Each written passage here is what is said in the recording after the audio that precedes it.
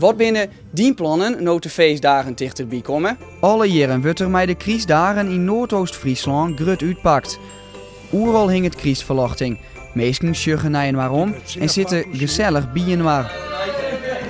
Net om een nacht viel zelfs de kriesman hem thuis in uw regio. En bier mij, en de bel mij, alles hebben we welkomen, ja.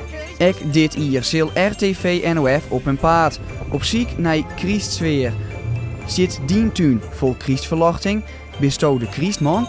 Of zit gezellig met familie en vrienden om de tafel? Dan komt RTV NOF manje 22 december gezellig graag bij die del. Mail no naar nieuwsapenstaatje rtvnof.nl of app naar 045 44 202.